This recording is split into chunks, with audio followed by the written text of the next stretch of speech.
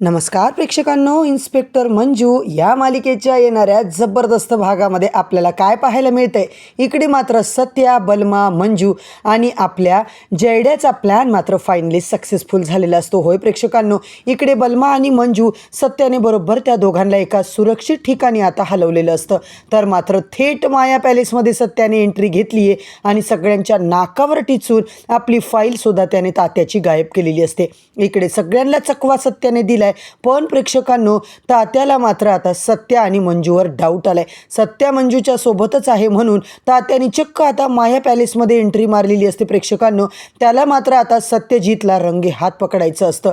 सत्याचा विजय मी जास्त वेळ टिकू देणार नाहीये, कारण सत्य आता काय करतो हे मला चांगलंच माहिती आहे. कारण पूर्वाने तात्याला जी काही धमकी दिलेली असते, आत्ताच्या आत्या तुम्ही डॅडी साहेब सत्याच्या घरी जाऊन बघा की सत्या कुठे, मंजिरी कुठे, आणि त्या मम्मी साहेबला जाऊन विचारा की इकडे मंजी आली होती का. आता मात्र खरी मज्जा सुरू होते प्रेक्षकांनो. एकच धमाका होतो जेव्हा तात्या आता माया पॅलेसमध्ये येतो आणि सत्या मात्र तिकडे घरातच असतो. आता तात्याच्या हाताला काहीच लागणार नाहीये. मंजू सुद्धा गायब आहे आणि घरचे तर असे दाखवतात की मंजू तर तुमच्याच ताब्यात आहे ना, ती सुखरूप तर आहे ना. इकडे मात्र प्रेक्षकांनो, जबरदस्त तात्याची फजिती होताना आपल्याला पाहायला मिळते. आजचा भागच खूप इतका इंटरेस्टिंग दाखवलाय ना, शेवटपर्यंत नक्की बघा. चॅनलवरती नवीन असाल तर चॅनलला सबस्क्राईब करा, व्हिडिओला लाईक करा. इकडे मात्र पूर्वा आता त्या अड्ड्यावर गेलेली असते. बरोबर आता तिने बंदूक वगैरे काढलेली असते, पण सगळं त्यांच्या नाकावर टिचून मात्र सत्या, बलमा आणि मंजू गायब झालेले असतात. आता मात्र सत्या फटाफट फाईल घेतो आणि तिकडून निघालेला असतो. आणि इकडे मात्र मंजूने खूप मोठं सत्य आता इकडे सत्याला सांगितलं की आर्यन दुसरा तिसरा कोणी नसून तो तात्यासाहेबांचाच मुलगा आहे. आता मात्र सत्याला संताप आलेला असतो. मंजू मात्र म्हणते, हो आर्यननेच आपल्याला आता इकडे सगळं फसवले. आर्यन आपल्या घरात येऊन तुझं कटकारस्थान काहीतरी करणार आहे, हे सगळं तात्याचा आता कट होता. तात्यासाहेब जरी जेलमध्ये आधी होते ना, त्यांनीच मात्र इकडे आपल्या आयुष्यामध्ये खेळखंडोबा केला होता. त्यांनीच आता इकडे आर्यनला पाठवलं होतं माझ्या मागे लागायला आणि आपल्याला त्रास द्यायला. इकडे मात्र आता तात्याचा खेळ तर खल्लास झालाय. सत्या, मंजू आता त्या रूमच्या बाहेर प्रेक्षकांनो जाणार.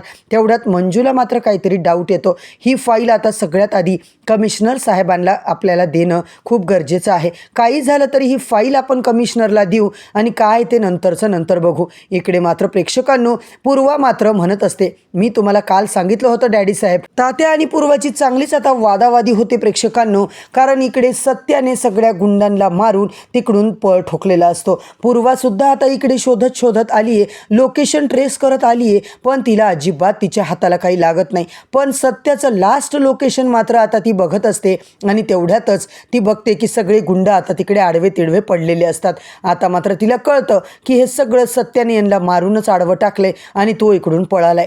तात्यासाहेबांना आपण एकदा आता परत मूर्ख बनलोय म्हणून खूपच राग आलेला असतो. बलमा मात्र आता मंजूला घेऊन एका सेफ जागेवर पळालेला असतो. नेमका आता तात्यांचा माणूस मात्र वाटेत त्यांना दिसतो आणि बलमा मात्र हुशारीने पटकन लपून बसतो. इकडे मात्र फाईल आता कुठे, तर सत्याजवळ फाईल असते प्रेक्षकांनो. मंजूच्या हातात फाईल नसते, पण ती बलमाला म्हणते, बलमा अरे फाईल मात्र तिकडेच आहे लाल पिशवीमध्ये. तेव्हा मात्र प्रेक्षकांनो, बलमा, मंजू बरोबर आता सगळा प्लॅन करतात. पण तात्याचा संताप मात्र असा काही अनावर झालाय. बलमा आणि सत्याच्या घरी तो येतो. तुम्ही आता इकडे काय पाहताय. बलमा आता सरळ आलाय घरी. मम्मी साहेब, सपना हे सगळे सत्याचे बाबा म्हणजे चित्रकार हॉलमध्ये आता नाश्ता करत असतात. चहापाण्याची तयारी चालू असते. सपना मात्र नुसती नौटंकी करत असते, रडत असते. मम्मी म्हणतात, सपने काय रोग आला ग तुला रडायला, फोन लावून सांग की काय चहा आणून देऊ का म्हणून. सपना रडायला लागते. काय हो, पंचिंग बॅगसारखं सारखं तुम्ही मला मारत असता, सारखं टॉन्ट मारता, ओरडता. सत्याचे वडील विचारतात, सपना काय झालं बाळा, तू का रडतीये. तेव्हा जयदीप येतो. जयदीपला लगेच मम्मी म्हणतात, बघ रे बापा, तुझी बायको सकाळी सकाळी नुसता बोंबाबोंब करून ठेवली, नुसती रडकी पोरगी ही. सपना म्हणते, त्यांना सगळं काही माहिती आहे, त्यांनीच तर सगळं केलं आहे ना. अजूनच सपना जोरजोरात रडायला लागते. मम्मी मात्र म्हणतात, अगं तुझ्या डोळ्यात तर पाणीच नाही आहे, डोळ्यात नाही पाणी, रडते कुत्र्यावाणी, अशीच गत झाली आहे सपने तुझी. तेव्हा मात्र प्रेक्षकांनो, सपना मात्र रडत रडत जयदीपकडे जाते. अहो काय झालं पप्पा विचारतात. जयदीप, अरे काय झालं तू तरी सांग मला. सपना, का रात्री तुम्ही भांडण केलेत का. यांचा न दुसरा संसार यांनी मांडलाय पप्पा, म्हणूनच आता हे घरी येत नाहीयेत. इकडे मात्र सपनात असं म्हणून परत रडायला लागते प्रेक्षकांनो. आता यांनी नक्कीच कोणीतरी दुसरी पोरगी बघितली आहे, कारण आजकाल यांचं घरामध्ये लक्षच नाही आहे. जयदीप म्हणतो, अरे बापरे पप्पा, अहो एक बायको सांभाळणं माझ्या नाकात दम आलाय, दुसरी कुठून आणू पप्पा मी. जयदीपचे वडील म्हणतात, या बायकांचं असंच असतं, थोडा यायला उशीर झाला की लगे यांचं संशयाचं घेणं चालू असतं, लगे यांच्या मनामध्ये डाऊट येतो. आता जयदीप म्हणतो, मी आमदार बनणारे आमदार, मला कामं करायची आहेत, मी रात्री बेरात्री कधी तात्यासाहेबांसोबत जाऊ शकतो. इकडे मात्र आता तो सरळ तो विषय बंद करतो. प्रेक्षकांनो, इकडे मात्र आपण पाहतोय तात्या खिशामध्ये आता रिव्हॉल्वर घेतो, गाडीमध्ये येतो आणि आता मात्र कुठे ते सत्या मंजू त्यांचा तर जीवच घेतो म्हणून निघालेला असतो. सत्याच्या घरासमोर तात्या येतो आणि सगळ्यांना गुड मॉर्निंग म्हणतो. जयदीप मात्र म्हणतो, आता काय तात्यासाहेब काय म्हणता. तेव्हापासून आता मम्मी साहेब लगेच बाहेर येते. अहो तात्यासाहेब, कधीपासून तुम्हाला या घरात यायची परमिशन पाहिजे हो, तुमच्या हक्काचं घर आहे, तुमच्या या बहिणीचं घर आहे, तुम्ही कधी येऊ शकता. आता मात्र तात्या म्हणतात, बरं ठीक आहे, मला सांगा मी तुमच्या घरात का आलो आहे माहिती आहे का. जयदीपसुद्धा नाटक करतो, काय झालं तात्यासाहेब, वहिनी तुमच्या घरी आहेत तर काही त्रास वगैरे देते आहे का. तेव्हा सत्याचे वडील म्हणतात, अहो मंजू तुमच्या घरी आहे, तिला दिसत नाही आणि तुम्ही तिला नीट सांभाळताय की नाही, तुम्ही तिला सोडून इथं कसे काय आलात तात्यासाहेब. तेव्हा मात्र मी असा तसा इकडे आलेलो नाही आहे, मला सांगा सत्य आणि मंजू कुठेत. असं विचारल्याच्या नंतर घरातल्या सगळ्यांना धक्काच बसतो. काय, तुमचा मुलगा सत्यजित सुर्वे कुठे आहे, तुम्हाला ऐकायला येत नाही आहे का चित्रकार. मम्मी साहेब म्हणतात, अहो काय बोलताय तात्या, सत्या तर घरातच आहे, तो कसा काय बाहेर जाणार आहे, पण मंजू तर तुमच्याकडे आहे ना. सत्या तर घरात झोपलेला आहे, आता तो उशिरा उठतो सकाळी. इकडे प्रेक्षकांनो सत्याचे बाबा म्हणतात, हो तो रात्रभर इथेच होता, आम्ही किती उशिरापर्यंत गप्पा गोष्टी केल्या, मग तो बाहेर कसा काय जाऊ शकतो आणि तुम्ही असं का विचारताय. तेव्हा मात्र तात्या म्हणतात, नाही तो घरात नाहीच आहे. तात्याला मात्र इतका शॉक बसतो प्रेक्षकांनो, कारण हा सगळा आता या लोकांचा प्लॅन असतो, सत्या मंजू बलमाचा. या आता इकडे सत्या मात्र खाली येतो. सत्या म्हणतो, एक मिनिट मम्मी, हे तात्यासाहेब परत आपल्या घरी कशाला आलेत.